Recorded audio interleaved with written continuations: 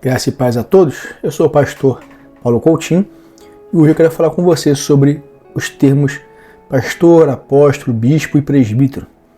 Para começar, eu quero que a gente veja alguns textos e entenda um pouco da confusão, da dificuldade que é encontrado em cima desses textos. O primeiro texto é sobre o apóstolo Pedro, a qual João escreve em João 21:17, na NVI assim. Pela terceira vez, Jesus lhe perguntou: Simão, filho de João, você me ama? Pedro ficou triste por Jesus ter perguntado pela terceira vez: você me ama? E respondeu: o Senhor sabe todas as coisas, sabe que eu o amo. Jesus lhe disse, preste atenção nessa parte, Jesus lhe disse: apacente as minhas ovelhas. Então, Jesus chama Pedro para apacentar as suas ovelhas.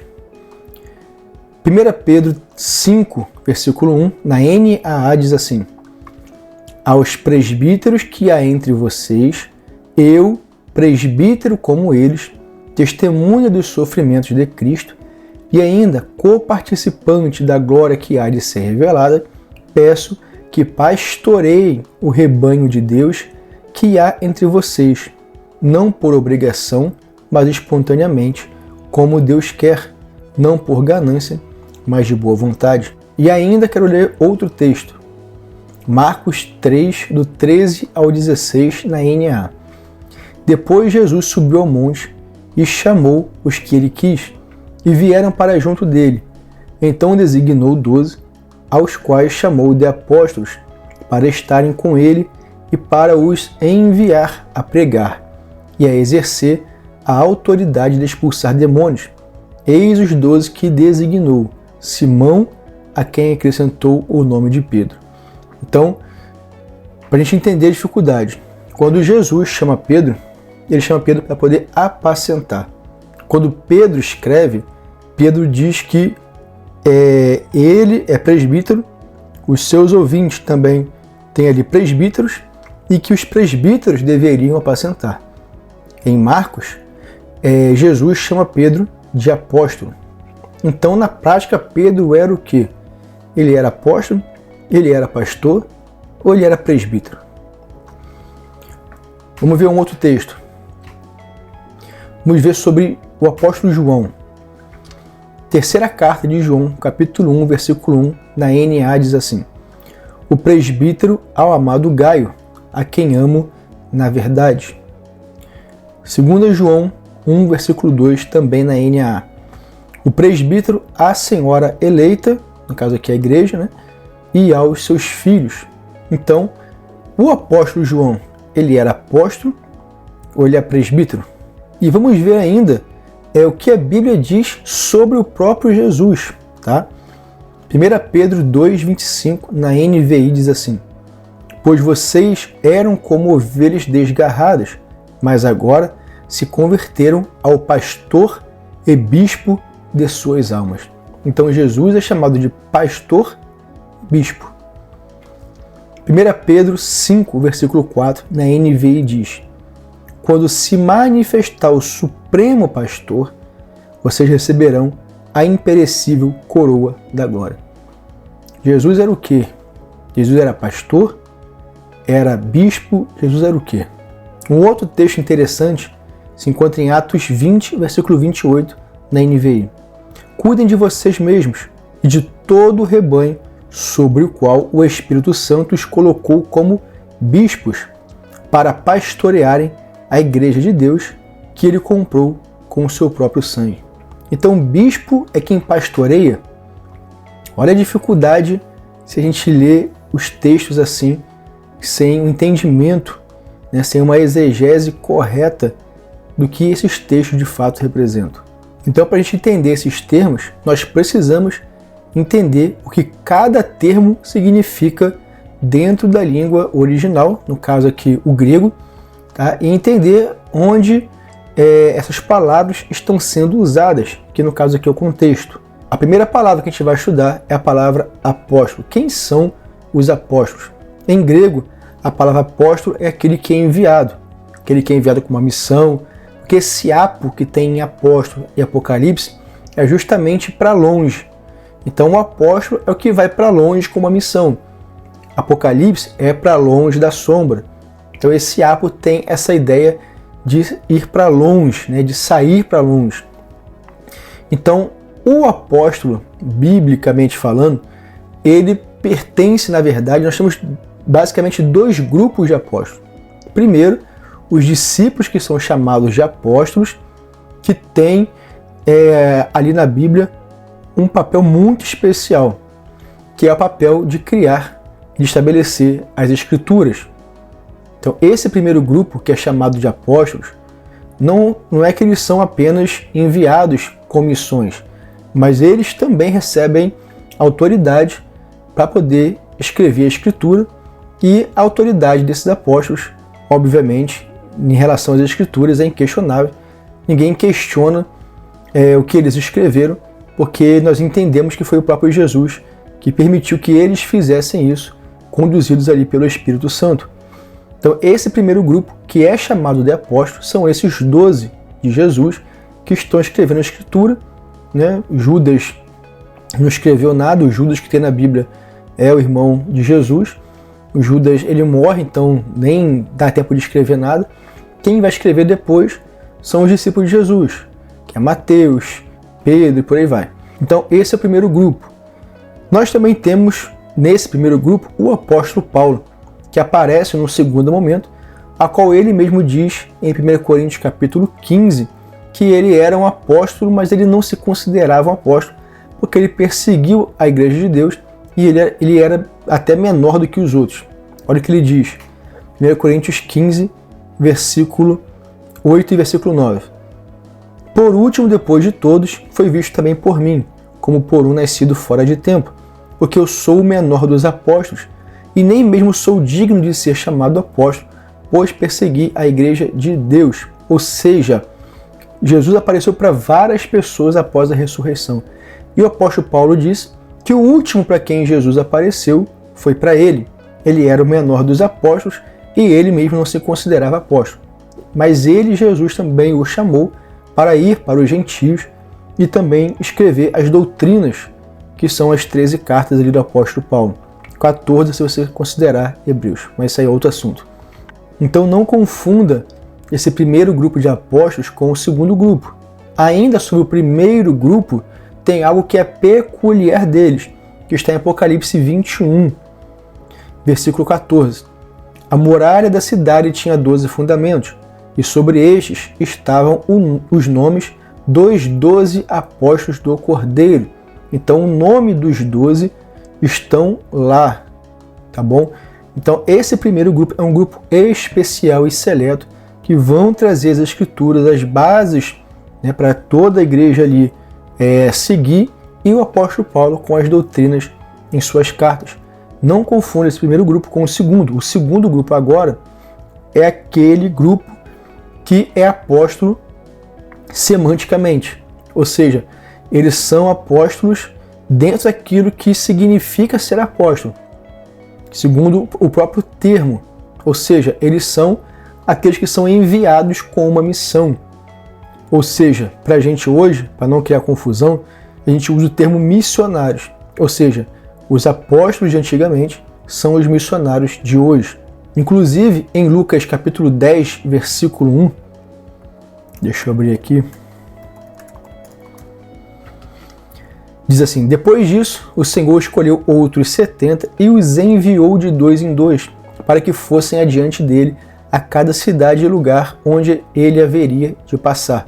Então, esse os enviou, esse enviou, também vem da mesma raiz da palavra apóstolo. Então, além dos 12, Jesus também escolheu 70 pessoas, mas esses 70 não têm autoridade, ainda que sejam chamados de apóstolos, dos 12.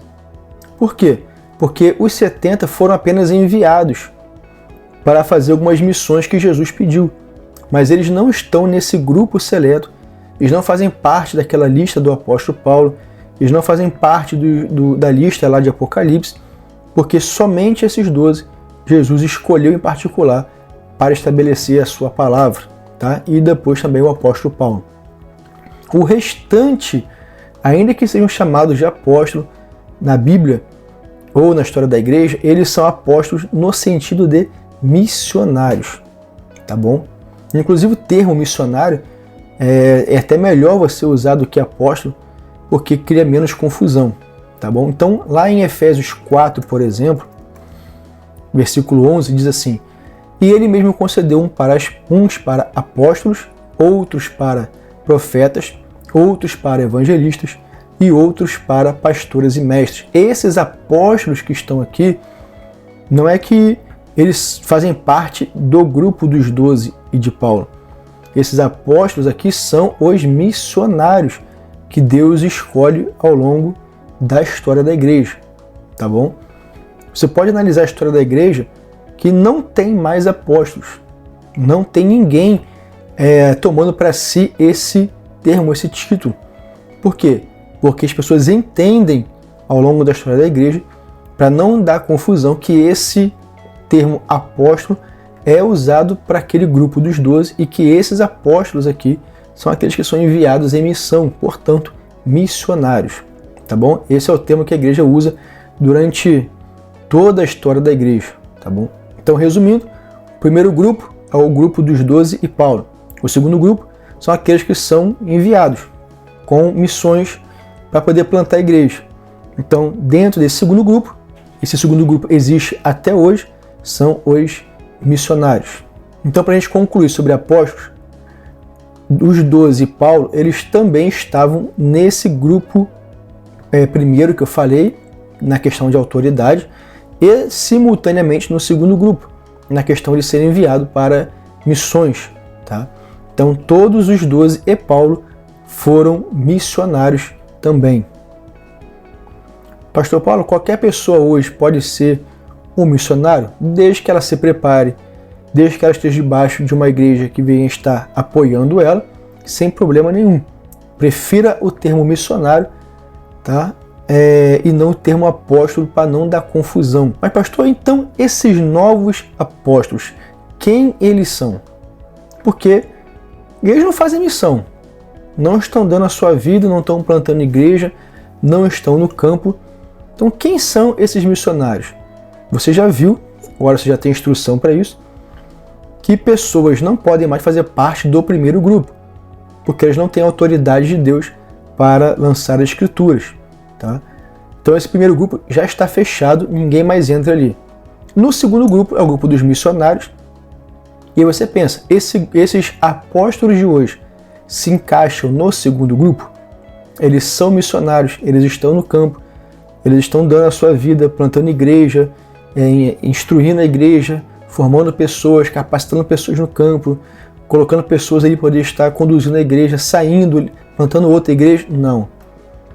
Então eles também não estão no segundo grupo. Então, pastor, em que grupo esses novos apóstolos estão? Eu tenho um livro aqui muito bom, vou pegar para você ver e usar de referência. É esse livro aqui, ó, do Augusto Nicodemos Lopes. Esse livro é muito bom e vai te ajudar.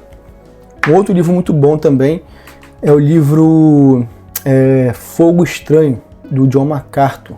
Esses dois livros são muito bons para você entender sobre essa questão de apóstolo em todo o histórico ali, e é bastante enriquecedor sobre o assunto, tá? É um antídoto para essa nova geração de apóstolos aí que surgiu no século XX. Na história da igreja, eles também não aparecem. Eu tenho aqui alguns livros.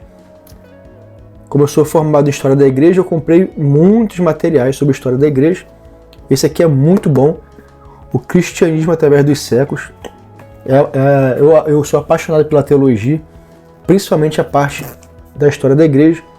E tem esse aqui também que é muito bom, História Ilustrada do Cristianismo. Já fiz vários trabalhos, pesquisas, apostilas em cima desses caras aqui também. Na história também não tem espaço para esses caras, para esses novos apóstolos e apóstolas também, né? Então, pastor, que terceiro grupo é esse? Esse terceiro grupo é mostrado pelo apóstolo Paulo na segunda carta aos Coríntios, capítulo 12, versículo 11, que diz assim: fiz-me louco mas vocês me obrigaram a isso.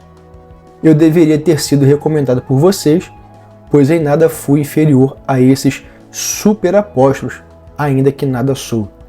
Então o apóstolo Paulo está dizendo que a igreja de Corinto, que deveria superestimar o apóstolo Paulo, porque era a igreja mais problemática, e foi para onde o apóstolo Paulo mais escreveu, eles consideravam esses superapóstolos, e de fato no grego, é interessante, de fato no grego o que está lá é superapóstolos. E Paulo está dizendo o seguinte, em nada foi inferior a esses superapóstolos. Paulo, obviamente, está sendo aqui sarcástico. Mas de onde é que Paulo vem trazendo essa ideia de superapóstolos? É só você voltar a um capítulo, que é o capítulo 11. E aí você vai ver comigo aqui no versículo 5, 13 e 14. Porque suponho em nada ter sido inferior a esses superapóstolos. Aqui começa a questão dos superapóstolos. Porque esses tais são falsos apóstolos, obreiros fraudulentos, disfarçando-se em apóstolos de Cristo. Não é de admirar, porque o próprio Satanás se disfarça de anjo de luz. Portanto, não deveria surpreender que os seus próprios ministros se disfarcem em ministros de justiça. O fim deles será conforme as suas obras. Então, quem são esses superapóstolos? Quem são esses disfarçados de apóstolos? Quem são esses que se autodesignam apóstolos sem serem? São ministros de Satanás, segundo a própria Bíblia. Mas esse fetiche, e eu vou encerrar com isso a questão dos apóstolos, esse fetiche de querer ser apóstolo, de querer fazer parte desse grupo seleto de Deus, né, de querer autoridade e tal, coisa que nem Paulo, nem os 12 queriam. Essa galera de hoje tem esse fetiche, mas isso não começou no século 20 e 21. Isso já era um problema para a igreja do primeiro século. E isso está em Apocalipse 2, versículo 2. Conheço as obras que você realiza, tanto o seu esforço como a sua perseverança.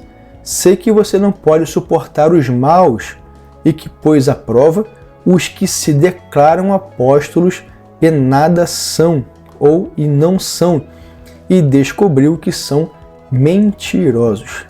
Então aqui nesse texto já fica claro para a gente que a igreja do primeiro século já tinha um problema com isso. Já tinha gente que se apresentava como apóstolo de Cristo, mas não eram.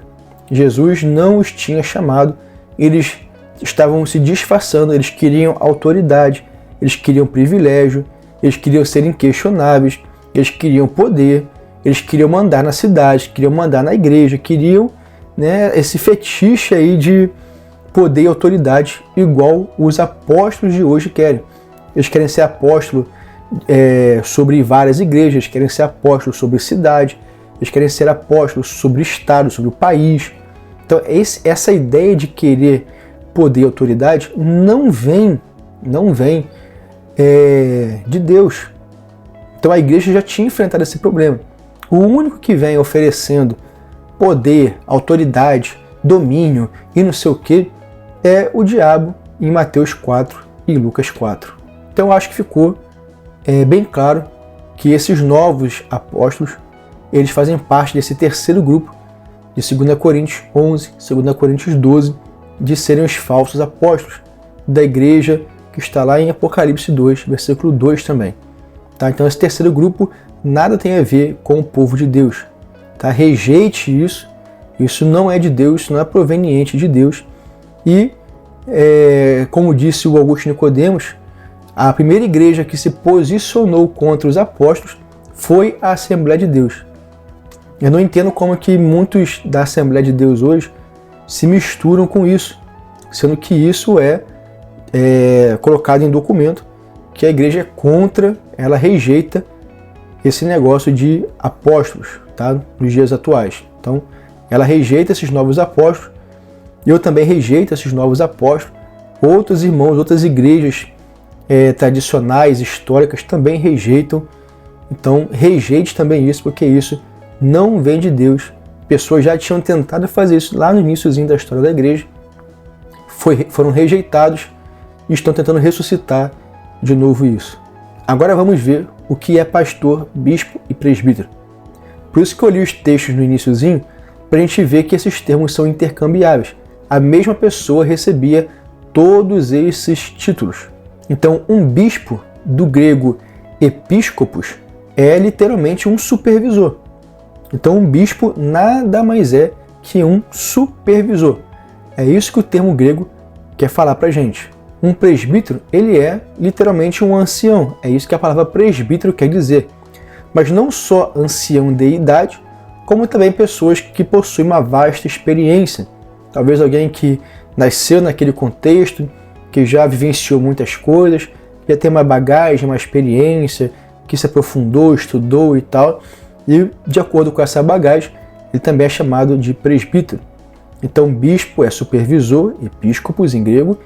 Presbítero, que é transliterado do presbítero grego mesmo, que quer dizer um ancião, alguém muito experiente.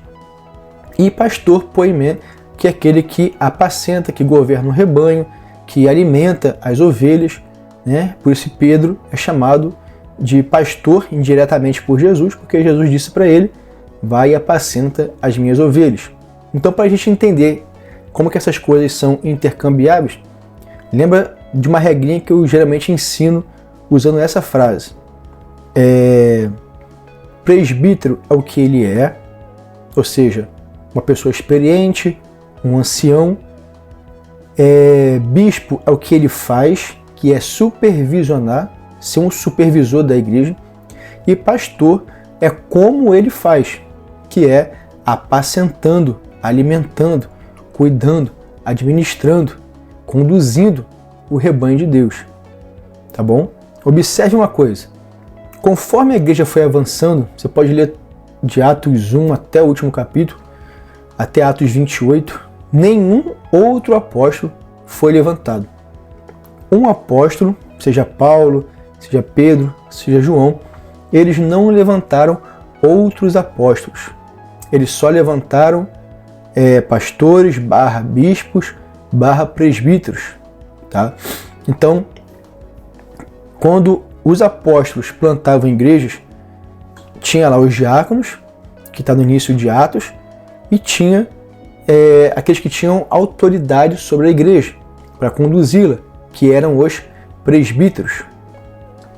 Então, em Atos 15, por exemplo, os apóstolos estão se reunindo com os presbíteros. Em Atos 16, as decisões são tomadas pelos apóstolos e presbíteros de Jerusalém. Em Atos 20, o apóstolo Paulo está enviando uma carta para Éfeso, uma mensagem para Éfeso, falando o seguinte: olha, eu quero me reunir com os presbíteros. Em Atos 21, quando Paulo chega, voltando da sua viagem missionária, ele só encontra Tiago e os presbíteros.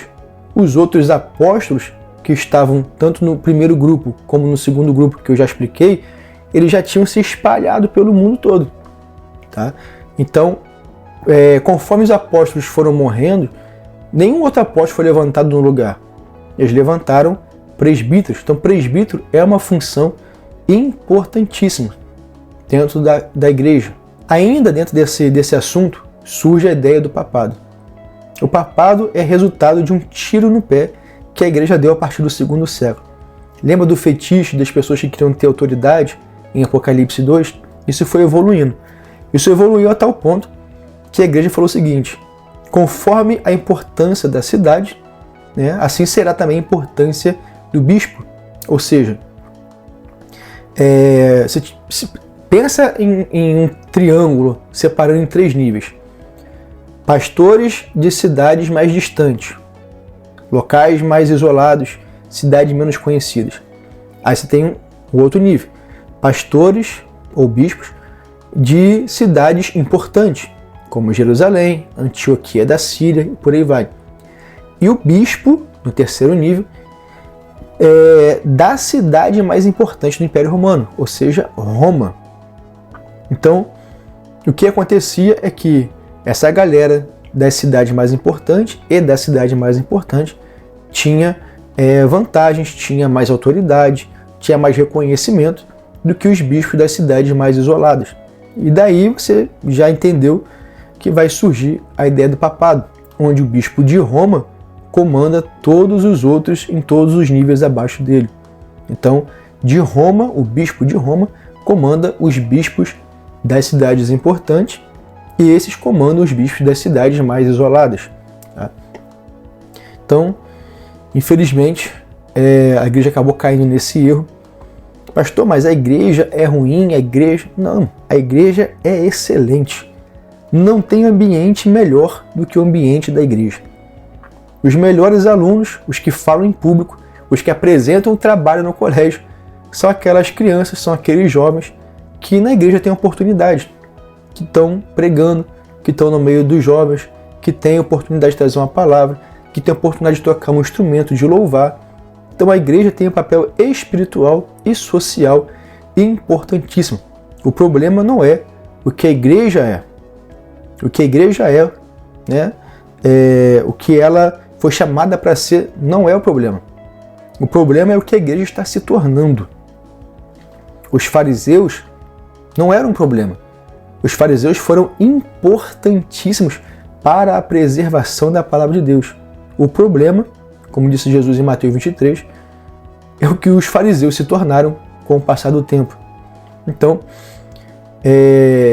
às vezes eu fico olhando para a história da igreja, né? Eu vejo esses livros aqui, e eu vejo que a história mostra pra gente que a igreja não aprendeu absolutamente nada. Eu estou me referindo à igreja evangélica.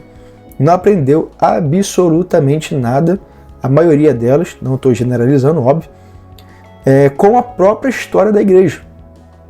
Porque se ela tivesse aprendido, se ela observasse os passos da igreja desde lá de trás, ela ia ver que a igreja não deveria se envolver com o Estado, a igreja não deveria botar político no altar, a igreja não deveria misturar política e religião, a igreja não erraria nas mesmas coisas que as igrejas do passado erraram, não trariam idolatria para dentro da igreja, não idolatrariam objetos, pessoas, não teriam esse fetiche pelas coisas que já deram errado, que foram rejeitadas pela igreja primitiva. Enfim, o que nós aprendemos com a história da igreja?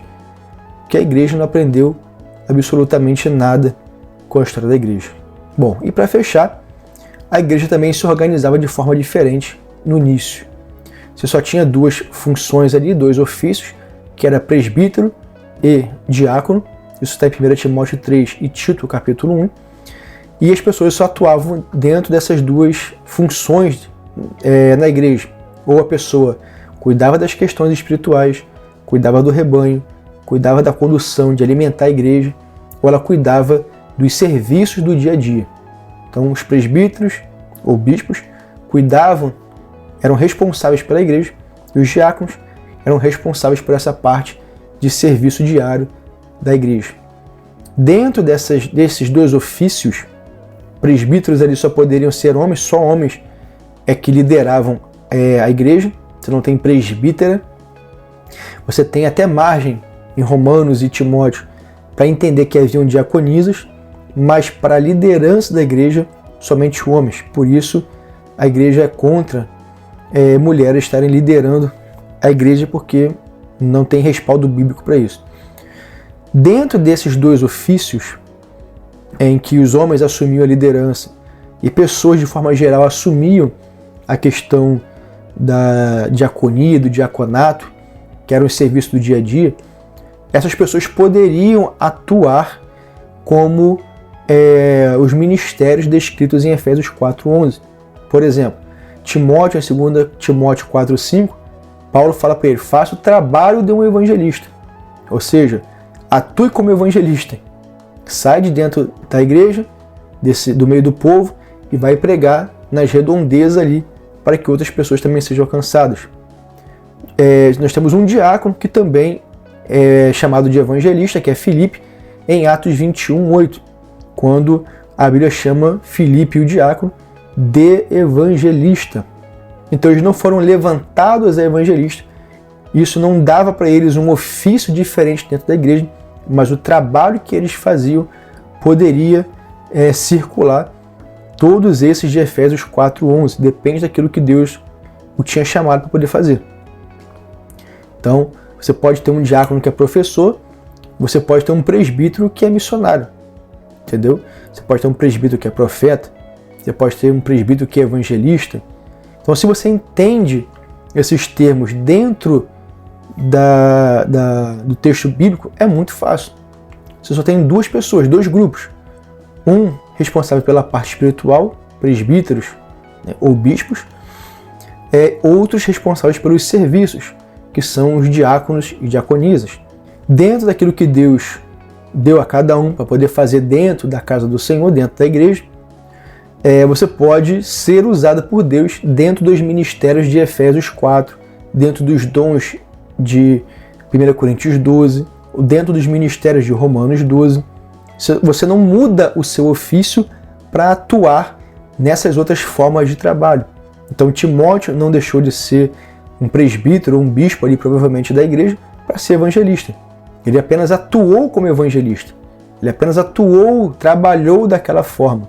Mas provavelmente Timóteo pastoreava, ao mesmo tempo que ele era bispo, ao mesmo tempo que ele era presbítero, ao mesmo tempo que ele foi evangelista. Entende? Então, quando você entende dessa forma, fica muito simples. Dois ofícios, várias formas de Deus te usar. Uma dica que eu te dou é que, se nos atentarmos mais para o trabalho, nós vamos nos preocupar menos com os títulos, uma vez que em Apocalipse 22, Deus vai nos recompensar não pelos títulos, mas sim pelos trabalhos, tá bom? Bom, espero que o vídeo tenha ficado claro. Deus te abençoe e até o próximo vídeo.